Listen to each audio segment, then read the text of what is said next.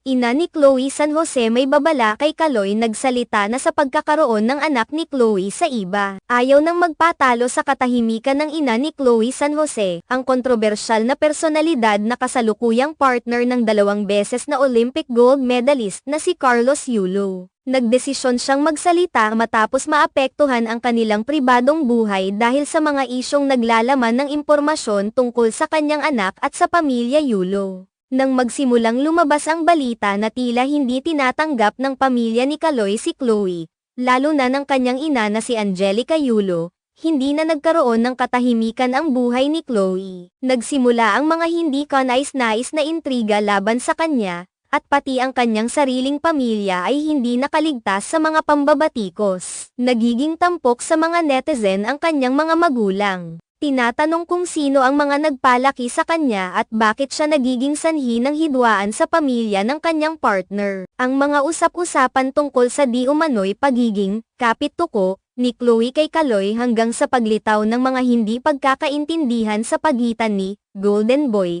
at ng kanyang pamilya ay nagdulot ng malaking pagsubok sa kanya.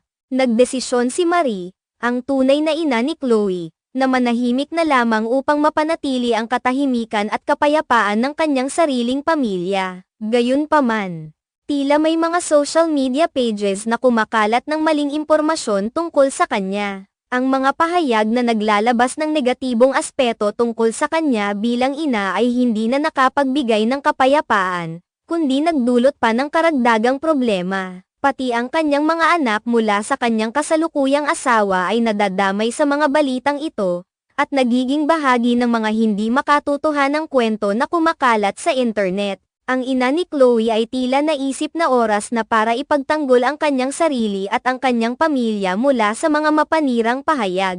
Ang sitwasyon ay hindi na lamang isang personal na isyo kundi isa ring pampublikong isyo na nangangailangan ng paglilinaw upang mapanatili ang dignidad at katahimikan ng kanilang buhay. Sa kabila ng mga pagsubok na dala ng mga maling impormasyon at intriga, ipinakita ni Marie ang kanyang determinasyon na ipagtanggol ang kanyang sarili at ang kanyang pamilya mula sa mga paninira. Ang kanyang hakbang na magsalita ay bahagi ng kanyang pagsisikap na linawin ang mga isyu at ipakita na ang kanyang pamilya ay hindi dapat isali sa mga isyong walang basehan. Ang kanyang desisyon na magsalita ay maaaring magbigay liwanag sa mga taong naiintriga sa sitwasyon at magbigay ng tamang pananaw sa mga pangyayari. Sa kabila ng lahat ng ito, ang pangunahing layunin ni Marie ay ang mapanatili ang katahimikan at integridad ng kanyang pamilya, at ipagtanggol ang kanilang pangalan laban sa mga maling akusasyon na lumalabas sa publiko.